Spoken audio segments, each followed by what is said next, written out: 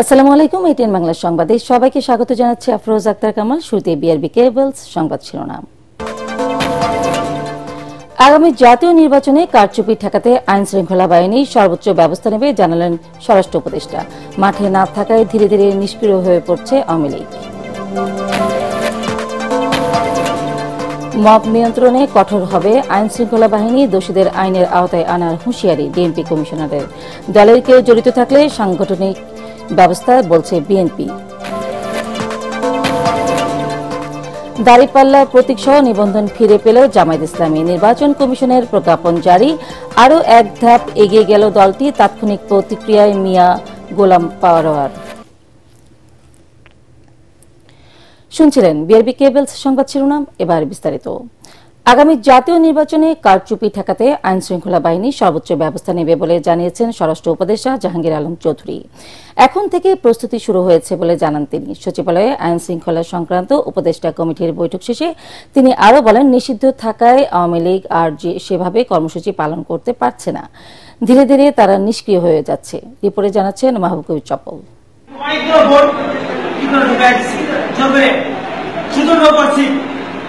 গত 3টি জাতীয় নির্বাচনে ব্যাপক কারচুপির অভিযোগ রয়েছে। দিনের ভোট রাতে কিংবা জোর করে ব্যালটে সিল দেওয়ার ঘটনা ঘটে। ভোট কেন্দ্রে আইনশৃঙ্খলা বাহিনী থাকলেও তারা ছিল অনেকটা দর্শকের ভূমিকায়। আগামী ফেব্রুয়ারিতে ত্রয়োদশ জাতীয় নির্বাচন হতে পারে। ওই নির্বাচন যাতে সব ক্ষেত্রে সুষ্ঠু হয় সেজন্য এখন থেকেই প্রস্তুতি চলছে বলে জানান স্বরাষ্ট্র উপদেষ্টা। নির্বাচনের ব্যাপারে আলোচনা হয়েছে যেন আইন শৃঙ্খলা পরিস্থিতিটা যেন ভালো থাকে। এই জন্যই কিভাবে আমাদের আইন শৃঙ্খলা পরিস্থিতি ভালো রাখা যায় এবং ভালো থাকে এই ব্যাপারে আলোচনা হয়েছে। এবং আমাদের এখানে মোটামুটি সব বাহিনী প্রধানরা একটা এনশিওর করছে যে ওই সময় পরিস্থিতি ভালো থাকবে। আরেকটা জিনিস, নির্বাচনে আইন শৃঙ্খলা পরিস্থিতি ভালো থাকাটা শুধু আইন শৃঙ্খলা বাহিনীর উপরে নির্ভর করে না, যারা পার্টিসিপেট করে তাদের উপরেও কিন্তু নির্ভর করে। Returning officer, pulling officer, presiding officer, এদেরও কিন্তু একটা বড় দায়িত্ব রয়েছে। আর সর্বোপরি হলো ইলেকশন কমিশন, যেহেতু পুরা নির্বাচনটা নির্ভর করে হলো ইলেকশন কমিশনের উপরে। তারাই কিন্তু এই বাহিনীগুলি সেই সময় কিন্তু সবাই তার আন্ডারেই কাজ করে এবং ওনারা একটা ভালো নির্বাচন জাতিকে উপহার দেবে, এটি আমরা সবাই আশা করি। আওয়ামী লীগের কার্যক্রম নিষিদ্ধ থাকলেও বিভিন্ন স্থানে ঝটিকা মিছিল করছে দলটির নেতাকর্মীরা। এতে সমস্যা দেখছেন না স্বরাষ্ট্র উপদেষ্টা। উল্টো তিনি মনে করছেন তাদের অবস্থান দিন দিন দুর্বল হয়ে যাচ্ছে। গতকালকে ছিল কিন্তু আওয়ামী লীগের প্রতিষ্ঠা বার্ষিকী। আমরা যে ধরনের তাদের থেকে আশা করছিলাম অত বড় ধরনের কোনো ঘটনা ঘটে নাই। এরা ঢাকা শহরে ওরকম কোনো কিছু করতে পারে নাই, আর আশেপাশে ওরকম কিছু আজকাল ওদের ভিডিও ফুটেজের মাধ্যমে ছোট জিনিস অনেক বড় করে দেখানো যায়, ওইগুলি হয়েছে। বড় কোনো কিছুই করতে পারে নাই, তারা আস্তে আস্তে কিন্তু একেবারে নিষ্ক্রিয় হয়ে যাচ্ছে। স্বরাষ্ট্র উপদেষ্টা জানান, সাবেক সিইসি নুরুল হুদাকে জুতা পেটাকারীকে আটক করা হয়েছে। অন্যদের ধরতেও অভিযান চলছে। এই ঘটনাটা কোন অবস্থায় কিন্তু মেনে নেওয়া যায় না। আর এই ঘটনা যারা ঘটিয়েছে তাদের কিন্তু একজনের আপনারা জানেন অলরেডি আমরা আইনের আওতায় নিয়ে এসেছি, এবং অন্যান্য যদি কেউ এটার সাথে জড়িত থাকে আমরা অন্যান্য আরো তো অনেক জড়িত আছে, ফুটেজ দিয়ে আমরা সবাই আইনের আওতায় নিয়ে আসবো। তিনি দাবি করেন মব ভায়োলেন্স আগের চেয়ে কমেছে। মব ভায়োলেন্স বন্ধ করা যাচ্ছে না, কিন্তু মব ভায়োলেন্স কমায় আনা হয়েছে অনেক। মাহবুব কবির চপল, এটিএন বাংলা, ঢাকা। কোন ধরনের মব জাস্টিসকে প্রশ্রয় দেবে না আইন শৃঙ্খলা বাহিনী। মামলা করে দোষীদের আইনের আওতায় আনার কথা জানিয়েছেন DMP commissioner Sheikh Mohammad Sajjad Ali. DMP সদর দপ্তরে সাংবাদিকদের তিনি আরও বলেন, মব নিয়ন্ত্রণে পুলিশ সদস্যদের গাফিলতি পাওয়া গেলে কঠোর ব্যবস্থা নেওয়া হবে। মনির হোসেন তপু রিপোর্ট। সাবেক সিইসি কেএম নুরুল হুদাকে হেনস্থাকারী হানিফকে রাজধানীর তুরাগ এলাকা থেকে গ্রেফতার করেছে যৌথ বাহিনী। সে জাতীয়তাবাদী স্বেচ্ছাসেবক দলের উত্তরা পশ্চিম থানা শাখার সদস্য সচিব বলে জানা গেছে। ওই ঘটনায় মামলা করে এখন পর্যন্ত মব সৃষ্টিকারী ২০ জনকে শনাক্ত করেছে আইন শৃঙ্খলা বাহিনী। রাতের আধারে বাসাবাড়িতে হামলা চালিয়ে মব সৃষ্টিকারীদের বিরুদ্ধে প্রয়োজনে মামলা করা হবে বলে জানিয়েছেন ডিএমপি কমিশনার। আমরা মব জাস্টিস অ্যালাউ করতেছি না, আমরা অনেক মামলাও নিয়ে নিছি। ইভেন আমরা গ্রেভিয়ার্ড সেকশনে মামলা নিচ্ছি, ছিনতাইয়ের মামলা বা রোবারির মামলা বা ডাকাতির ধরনের মামলাও আমরা নিয়ে নিচ্ছি। ইভেন আমার অফিসাররাও এক দুইটি ক্ষেত্রে সঠিক সিদ্ধান্ত না নেওয়ার কারণে আমি তাদেরকে সাসপেন্ড করছি। কেউ যেন কোনো অপরাধীকে ধরার জন্য না যায়, কেউ আইন হাতে তুলে নেওয়ার অধিকার রাখি না। এটা পুলিশের দায়িত্ব, পুলিশ ব্যবস্থা নিবে। আমার যেসব ব্যবস্থা নিবে না, আমি তাদের বিরুদ্ধে শাস্তিমূলক ব্যবস্থা নিব। সাংবাদিকদের প্রশ্নের জবাবে তিনি আরও বলেন, চাঁদাবাজদের বিরুদ্ধেও কঠোর ব্যবস্থা নেওয়া হবে।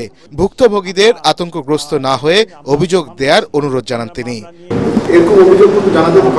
না, আমরা অভিযোগ পেলেই ব্যবস্থা নিচ্ছি। মোহাম্মদপুরে আপনারা খবর নিয়ে দেখেন, এটা আদাবর থানায় আমরা দেখেন আমরা মামলা নিচ্ছি, আমরা মামলা নিয়ে অ্যারেস্ট করছি, অভিযান চালাইছি। এরকম কোনো ঘটনা থাকলে আপনারা জানাবেন, আমি ব্যবস্থা নেব। বলেন, দাবি আদায়ে সড়ক অবরোধ করা যাবে না। আন্দোলনের নামে কেউ যাতে জনভোগান্তি সৃষ্টি করতে না পারে তা নিশ্চিতে রাজনৈতিক দলগুলোর সাথে আলোচনার উদ্যোগ নেওয়ার কথাও জানান ডিএমপি কমিশনার। আমি সকল পলিটিক্যাল পার্টির এই নেতৃবৃন্দকেও আমার অফিসে, তাদের প্রতিনিধিকে আমার অফিসে দাওয়াত দিব। মনির হোসেন তপু, এটিএন বাংলা, ঢাকা। ধরনের দুর্ভোগ মব জাস্টিস কোনোভাবেই সমর্থনযোগ্য নয়। দলে কেউ এর সাথে জড়িত থাকলে তার বিরুদ্ধে সাংগঠনিক ব্যবস্থা নেওয়ার হুঁশিয়ারি দিয়েছেন বিএনপির সিনিয়র যুগ্ম মহাসচিব রুহুল কবির রিজভী। তিনি বলেন, জাতীয় নির্বাচনের আগে অন্তর্বর্তী সরকারের সবচেয়ে বড় দায়িত্ব হবে আইন শৃঙ্খলার পরিস্থিতির উন্নতি করা। অন্যদিকে বিএনপির ভাইস চেয়ারম্যান আব্দুল আওয়াল মিন্টু বলেন, বিচার ও সংস্কারের নামে জাতীয় নির্বাচন বিলম্বিত হলে তা রাষ্ট্রের জন্য মারাত্মক ক্ষতির কারণ হবে। রাজধানীতে আলাদা অনুষ্ঠানে তারা এসব কথা বলেন। মনির হাসানের রিপোর্ট। ব্রাহ্মণবাড়িয়া জেলা বিএনপির নতুন দায়িত্ব পাওয়া নেতাদের নিয়ে দলের প্রতিষ্ঠাতা সাবেক রাষ্ট্রপতি জিয়াউর রহমানের সমাধিতে শ্রদ্ধা নিবেদন করেন বিএনপির সিনিয়র যুগ্ম মহাসচিব রুহুল কবির রিজভী। পরে সাংবাদিকদের তিনি বলেন, শেখ হাসিনার নির্দেশে প্রহসনের জাতীয় নির্বাচনের সাথে জড়িত প্রধান নির্বাচন কমিশনার সহ সংশ্লিষ্টদের বিরুদ্ধে আইন অনুযায়ী ব্যবস্থা নিতে হবে, মব জাস্টিসের মাধ্যমে নয়। জনগণের যে ইচ্ছা, ভোটারদের ইচ্ছা মতো তারা নির্বাচন করেনি। তারা শেখ হাসিনার আনন্দ লাভের জন্য শেখ হাসিনার ইচ্ছা পূরণ করতে গিয়ে নির্বাচন করেছে। অবশ্যই এরা অপরাধী, এদের বিচার হতে হবে। আদালতের প্রাঙ্গণে ডিম ছুঁড়ে মারা হবে, জুতা নিক্ষেপ করা হবে এবং বাড়িতে লোকজন গিয়ে তাকে টেনে হিঁচড়ে বের করবে। এইটা বিএনপি কখনোই পছন্দ করে না এবং বিএনপি এই ধরনের ঘৃণ্য কাজের পরিপন্থী। নির্বাচিত সরকার ছাড়া দেশে অর্থনৈতিক স্থিতিশীলতা ও আইন শৃঙ্খলা পরিস্থিতির উন্নয়ন সম্ভব নয় বলে দাবি করেছেন বিএনপির ভাইস চেয়ারম্যান আব্দুল আওয়াল মিন্টু।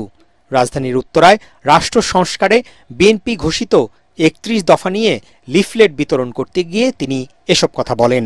যদি নির্বাচিত সরকার না থাকে তাহলে সেই দেশ উন্নয়ন হয়েছে এরকম কোন দৃষ্টান্ত আপনারা দেখাতে পারবেন না। ওই দেশে এরকমই হয় মব জাস্টিস। আর এই মব জাস্টিস কারা শুরু করছে আপনারা ভালো করে দেখেন। আমরা দাবি করি যারা এই মব জাস্টিসের সাথে জড়িত তাদের সবাইকে আইনের আওতায় আনা হোক। এদিকে পতিত স্বৈরাচারের দোসররা কোনোভাবেই যাতে দলে অনুপ্রবেশ করতে না পারে সে বিষয়ে নেতা কর্মীদের সতর্ক থাকার আহ্বান জানিয়েছেন জাতীয়তাবাদী মহিলা দলের সভাপতি আফরোজা আব্বাস। এই যে সদস্য সংগ্রহ অভিযান চলছে, এটা আমাদের নির্বাচনের একটা সূচনা। এটা হলে আমরা যেন নির্বাচনটাকে গ্রহণ করতে পারি। রাজধানীর খিলগাঁয়ে থানা বিএনপির সদস্য সংগ্রহ ও নবায়ন কার্যক্রমের উদ্বোধন করতে গিয়ে নেতারা আরও বলেন, জাতীয় নির্বাচনের প্রস্তুতি হিসেবে সংগঠনকে তৃণমূল পর্যায়ে আরও শক্তিশালী করতে হবে। মইনুল হাসান, এটিএন বাংলা, ঢাকা। জামায়াতে ইসলামীকে দাঁড়িপাল্লা প্রতীকসহ নিবন্ধন দিয়ে প্রজ্ঞাপন জারি করেছে নির্বাচন কমিশন। ইসি সচিব আক্তার আহমেদের স্বাক্ষরিত প্রজ্ঞাপনে আদালতের আদেশে জামায়াতকে নিবন্ধন দেওয়ার কথা বলা হয়। এমন খবরে উচ্ছ্বসিত দলের নেতাকর্মীরা। দলটি নির্বাচনী প্রক্রিয়ায় আরও এক ধাপ এগিয়ে গেছে বলে মন্তব্য করেন জামায়াতের সেক্রেটারি জেনারেল মিয়া গোলাম পরওয়ার। বিস্তারিত মাজহারুল হক মুহাজিরের রিপোর্টে। অবশেষে দলের নিবন্ধন ও প্রতীক ফিরে পেল ইসলামপন্থী রাজনৈতিক দল বাংলাদেশ জামাতে ইসলামী।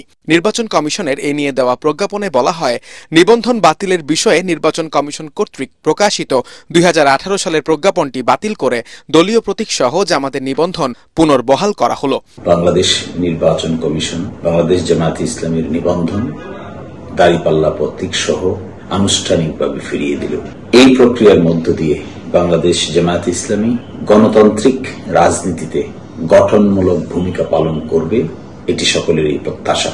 এমন খবরে উচ্ছ্বসিত দলের নেতাকর্মীরা। রাজধানীর মগবাজারে জামাতের কেন্দ্রীয় কার্যালয়ে তাৎক্ষণিক প্রতিক্রিয়া জানান দলের সেক্রেটারি জেনারেল মিয়া গোলাম পরোয়ার। বলেন, অতীতকে আর টানতে চায় না জামাত। দীর্ঘ আইনি লড়াইয়ে যারা পাশে ছিলেন সকলের প্রতি কৃতজ্ঞতা।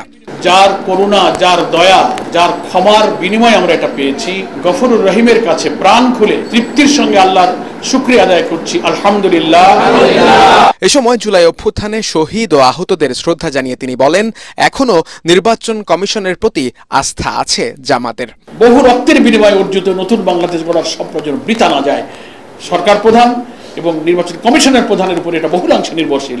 তাদেরকে নিরপেক্ষ থাকতে হবে, শক্ত থাকতে হবে, সোজা থাকতে হবে, কোনো দিকে ঝুঁকে পড়া যাবে না। আমাদের নির্বাচনের প্রক্রিয়া প্রস্তুতির পথে এটাতে এক ধাপ অগ্রগতি, আলহামদুলিল্লাহ। গোটা জাতির লক্ষ কোটি আমাদের সুধী শুভাকাঙ্ক্ষীরা তো এই আদেশের জন্য, এই সুন্দর মুহূর্তের জন্য অপেক্ষা করছিল। কত মানুষ দোয়া করেছে। 2008 সালে রাজনৈতিক দল হিসেবে জামাতকে নিবন্ধন দিয়েছিল নির্বাচন কমিশন। শেখ হাসিনা সরকারের আমলে হাইকোর্টের রায়ে 2018 সালে দলটির নিবন্ধন বাতিল করে ইসি। এর আগে 2016 সালে সুপ্রিম কোর্টের প্রশাসনিক আদেশে দলটির প্রতীক দাঁড়িপাল্লা বাতিল করে নির্বাচন কমিশন। মাজহারুল হক মুহাজির, এটিএন বাংলা, ঢাকা।